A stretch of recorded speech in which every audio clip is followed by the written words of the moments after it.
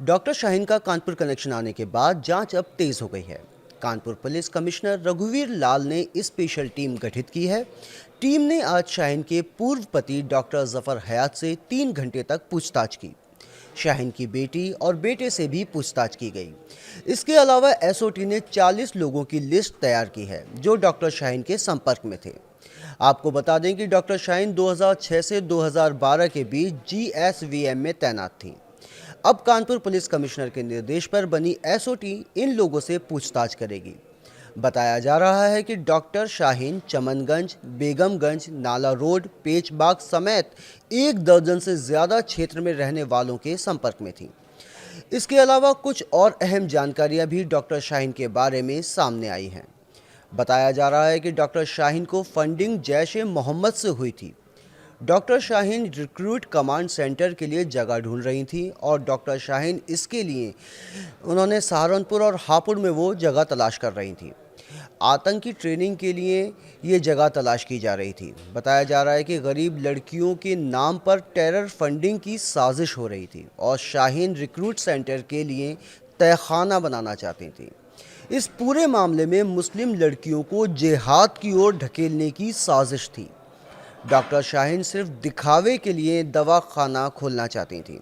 असली मकसद recruit command centre खोलना था। उधर लखनऊ में डॉक्टर परवेज़ के घर में छापेमारी हुई, जहां डॉक्टर परवेज़ के घर से यूपी एटीएस को 9 मोबाइल फ़ोन मिले हैं। साथ ही एक लैपटॉप, टैबलेट, एक हार्ड डिस्क भी बरामद हुई है।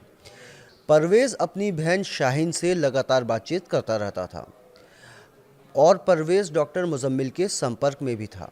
अभी सूत्रों के हवाले से ताज़ा खबर है कि जम्मू कश्मीर पुलिस डॉक्टर परवेज़ को फरीदाबाद ले गई है। फरीदाबाद में परवेज़ की निशानदेही पर अब आगे की कार्रवाई की जाएगी।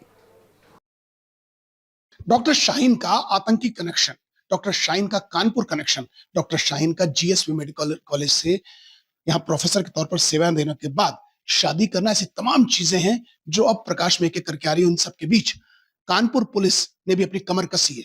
कानपुर के पुलिस कमिश्नर रघुवीर लाल ने एसओटी यानी स्पेशल ऑपरेशन एक टीम बनाई। क्या है ये एसओटी, उसे जानने के लिए हमारे साथ सर मौजूद है। सर, क्या है एसओटी और कैसे देख रहे हैं इस प्रकरण को? ये जो संदिग्ध साइन सईद जो इनको पुलिस की कस्टडी में है, इनके बारे में पूरी जानकारी हमारे द्वारा एकत्रित की जा रही है और इनके जो एक्स हस्बैंड है जफर सईद, उनसे भी पूछताछ की है, जो नेत्र चिकित्सक हैं। इनके 2 बच्चे हैं और उनसे भी एक 20 साल का है और एक 15-16 साल का है। उनसे भी बातचीत की जा रही है। ये कहाँ कहाँ यहाँ रही हैं और कैसे इनके मेडिकल कॉलेज से इनको निकाला गया है, उसके बाद फिर पुनः इन्होंने वापसी आने के लिए क्या एप्लीकेशन दी है, उसके बारे में हम लोगों ने जानकारी की। इनके द्वारा सर्टिफिकेट दिए गए हैं जो ये इन्होंने प्लीड किया है कि मैं बीमार हो गई थी और इन्होंने रिक्वेस्ट भेजी है। उस रिक्वेस्ट की भी हम लोग स्टडी कर रहे हैं। शासन के आदेश का स्टडी करने के बाद कुछ हमें इनके बारे में जो जो जानकारी मिल रही है, वो सारी चीजों को लिंक करते हुए इनको किन किन लोगों से ये इंटरेक्ट करते रहे हैं, तो सूचना एकत्रित करने के लिए जो टीम लगी हुई है और उसको हम लोग गहराई से छानबीन कर रहे हैं और जो जो अगर हमारे पास और पुख्ता इनको जानकारी मिलेगी तो आपके साथ साझा करेंगे। सर, यहाँ कानपुर में एक आतंकी कनेक्शन पूर्व में 2009 की बात करें या 2014 की बात करें या 16 की बात करें, यहाँ ब्लास्ट से कानपुर कनेक्शन रहा। आपने भी एक सूची तैयार की है 1000 के आसपास। क्या ये सूची है, कैसे इसको देख रहे हैं? क्या रोहिंग्यों पे भी कुछ काम कर रहे हैं बांग्लादेश में, क्या है सर? ये हम लोग ये हमारी ऑनगोइंग प्रोसेस है और इसमें रोहिंग्या है, बांग्लादेशी है, इस पे सभी जनपदों में कार्य हो रहा है और कानपुर एक संवेदनशील जनपद रहा है। तो इसकी जो पूर्व की सूचियां थी, जो नए वेरिफिकेशन, ये सत्यापन का कार्यक्रम चल रहा है हमारा और पूर्व में जो घटनाएं हुई है, सारी घटनाओं से जुड़े हुए जो सूचनाएं हमें मिली हैं या जो यहाँ पर जिन लोगों का नाम उस समय आया था, जो सस्पेक्ट थे, उनकी मॉनिटरिंग की जा रही है।